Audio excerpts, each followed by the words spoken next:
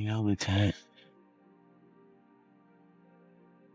you're getting pretty good at that.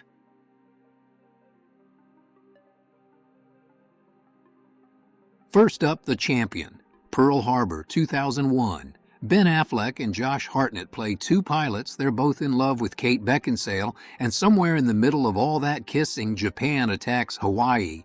This movie made historians angry on a level I can barely describe, so let me just run you through the greatest hits. Ben Affleck plays an Army pilot.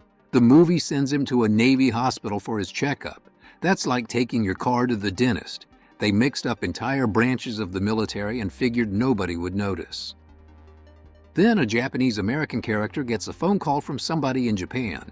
In 1941, regular people could not call across the Pacific Ocean. That phone call was physically impossible. But my favorite category of mistake in this movie is time travel. The Japanese planes are the wrong color, and the equipment launching them off the ships wasn't invented until the 1950s. Meanwhile, the American heroes are flying a fighter that came out after Pearl Harbor, so both air forces in this battle are flying stuff from the future. And during the attack, you can see the USS Arizona Memorial sitting in the harbor, the white memorial they built over the sunken ship. They built it in the 1960s. So in the middle of the attack, the movie shows you the memorial for the attack. This is the one everybody calls the most realistic war movie ever made. And to be fair, historians love parts of it, but then they looked closer. Historian James Holland went first. The real beach was a huge open stretch of sand those men had to cross. The movie shrank it down to a narrow strip. Then the obstacles in the surf, those big spiked frames, were built to catch landing boats and tear them open so the spikes faced the land. The film crew installed them backwards. Every spike on that beach points out at the ocean. Then the machine guns. In the movie, the Germans hold the trigger down and sweep the beach in one endless burst. A real gun can't do that. A few hundred rounds like that, and the barrel overheats and stops hitting anything, which is why actual gunners were trained to fire short bursts. All that endless mowing you remember from this movie never happened. Gary Oldman plays Winston Churchill, brand new prime minister, and everything around him is on fire. His own government thinks he's the wrong guy for the job. The army's trapped at Dunkirk, waiting to get rescued off the beaches. And the big question of the whole movie is simple: does Britain make a deal with Hitler or fight? So the movie puts him on the London subway. Churchill sits down in a car full of regular Londoners and asks them straight out, peace with Hitler or war? One by one, every passenger says fight. Churchill gets off that train sold, and Britain fights on. Problem is, it never happened. Nobody has ever found a record of that ride. The Prime Minister on the subway taking a war poll, somebody would have written that down. The only thing on paper is a story about Churchill trying the subway once in the 1920s and barely figuring out how it worked.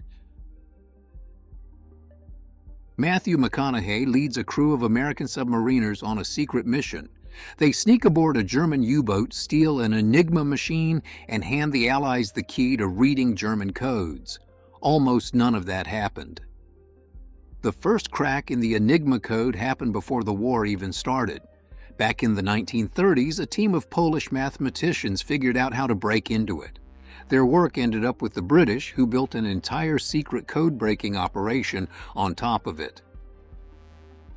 The submarine mission actually happened in May of 1941. A German U-boat got damaged in a fight. A boarding party climbed onto it and carried off the Enigma machine along with every useful paper they could grab. Except that boarding party came from the HMS Bulldog, a Royal Navy ship. Those were British sailors. So Hollywood took one of Britain's proudest war stories, put an American flag on it, and handed it to Matthew McConaughey and John Bon Jovi. The British were so insulted that Tony Blair condemned the movie in Parliament. Nobody walks into a Tarantino movie expecting a history lesson. The man killed Hitler in a burning movie theater. But historians still can't let this one go, and part of it is just how the Nazis look. Historian James Holland called them cartoon villains from head to toe, and he had one question about the wardrobe. How much leather can you fit in a squad of Germans? But the complaint historians keep coming back to is bigger than the outfits. Tarantino didn't actually have to invent a squad of Jewish fighters going after Nazis because the real thing existed. In February 1945, 2 Jewish men from Brooklyn joined America's wartime spy agency and parachuted into Austria, straight into Nazi territory. There, they teamed up with Franz Weber, a German officer who turned on his own side and fed intelligence to the Allies. That one even had a code name, Operation Green Up. And that's the real gripe. Tarantino didn't need to invent any of it. The true stories were sitting right there, just as dramatic. No burning theater required. You'd think a biopic would be the safe zone. The Imitation Game came out in 2014 with Benedict Cumberbatch as Alan Turing, the British mathematician at the center of the code-breaking war, and it looked prestigious enough that people took it as history. That's exactly why historians hate it, because almost every dramatic beat in it was manufactured. Start with the villain. In the movie, Turing's boss, Commander Denniston, fights him at every turn and can't wait to fire him. The real Denniston clearly wanted Turing on the team. The movie needed an enemy, so it built one. Then the code breaking. The film plays it like Turing cracked Enigma nearly single-handed when the first break came from those Polish mathematicians in the 1930s. The movie even has Mark Strong as a spy chief hinting that Turing had a direct line to Churchill. That never happened. This one's different because historians mostly like Dunkirk. In 1940, the German advance pinned hundreds of thousands of Allied soldiers against the sea at a French port, and getting them off that beach became one of the great escapes of the war. Nolan made his movie about that evacuation in 2017, and historians gave him real credit for getting the feel mostly right. But they still found something to pick at. Their complaint? The beach was too nice. James Holland said the evacuation on screen felt weirdly calm when the real one was loud, scared, and one bad moment from chaos. And the real beach was a junkyard. All those men arrived with trucks and guns and gear, and the boats could only take the men. So everything else got left behind, wrecked on purpose so the Germans couldn't use it. Nolan's beach looks like somebody swept it before the cameras showed up.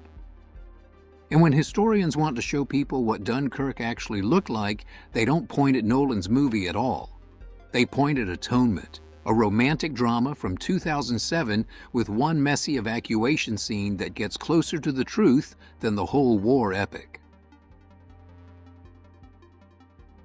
The Battle of the Bulge was Germany's last big swing of the war. It was fought through the winter of 1944 into 1945 in a Belgian forest, and the man running the Allied side was Dwight Eisenhower. He won that battle, went home, won the White House, served his terms, and then retired. By 1965, the man had absolutely nothing left to prove to anybody.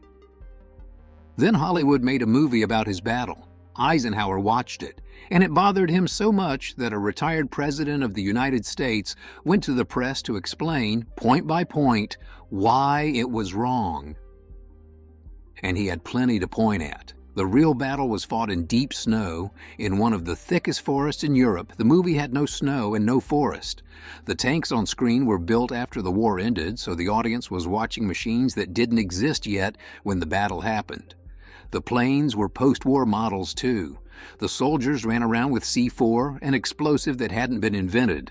The uniforms were wrong. Even the salutes were wrong. No wonder historians hate this movie so much. The Navajo Code Talkers are one of the great true stories of the war. Keeping radio traffic secret from the Japanese was a constant problem, so the Marines recruited Navajo speakers and had them send coded messages in their own language. The whole program stayed classified until the 1960s.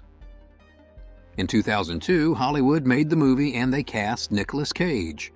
Not as a code talker, obviously, as the Marine assigned to guard one. The Navajo Code became a Nicolas Cage action movie. And the whole plot hung on one dramatic idea. Cage had secret orders to kill his code talker rather than let the Japanese capture him. Now the bodyguards were real.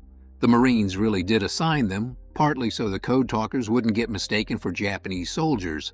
The kill order wasn't. As far as anyone can tell, no such order ever existed. They took a story that stayed secret for 20 years and decided it still needed a fake twist. The Tuskegee Airmen were black fighter pilots in a military that didn't want them there. One of them, J. Byron Morris, said years later that the brass wanted us to self-destruct. It didn't happen because their commander, Benjamin O. Davis, Jr., ran a famously tight unit, and the men held themselves to it. In 2012, Lucasfilm turned that into a movie where the pilots got drunk in public, argued with their officers, and told jokes in the cockpit during missions. Veterans and historians called that out fast because goofy, undisciplined servicemen was the exact stereotype the real unit spent the war proving wrong. The movie also ran with the famous claim that the unit never lost a single bomber it escorted. The records say otherwise. About 25 bombers lost and 66 airmen killed in combat. That was still one of the best escort records of the whole war. The truth was already impressive, and the movie used the myth anyway.